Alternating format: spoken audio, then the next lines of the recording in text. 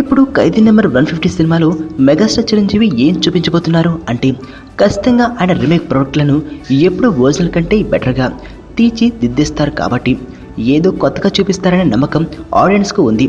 పైగా గతంలో చిరంజీవి అండ్ వినాయక్ కలిసి ఠాగూర్ సినిమాను ఒరిజినల్ కంటే బెటర్గా తీశారు కాబట్టి ఇప్పుడు కూడా అందరూ అలాంటి మ్యాజిక్ కోసమే ఎదురు చూస్తున్నారు.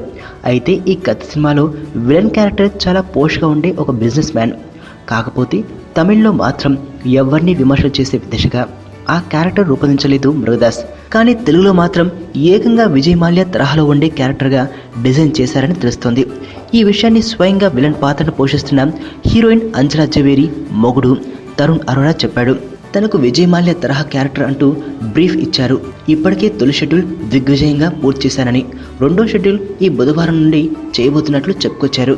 కాకపోతే మనోడు రివీల్ చేసిన విషయాల్లో అన్నిటికంటే షాకింగ్ ఏంటంటే అసలు విజయ్ మాల్యా తరహా క్యారెక్టర్ అని చెప్పడమే.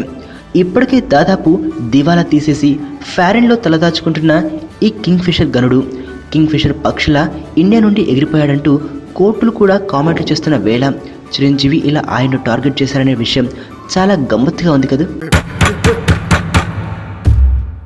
మీ నాన్నకో ఫోన్ చేయవే, ఎక్కడున్నారు? ఏడే మన భుజంగా కనబట్లేదు. అమ్మా అమ్మా నాన్న ఎక్కడమ్మా?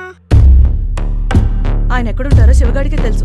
సార్ పొరపాటు జరిగిపోయింది సార్. 1 కాదు 2. ఎవరికి తెలియకుండా కాపాడు.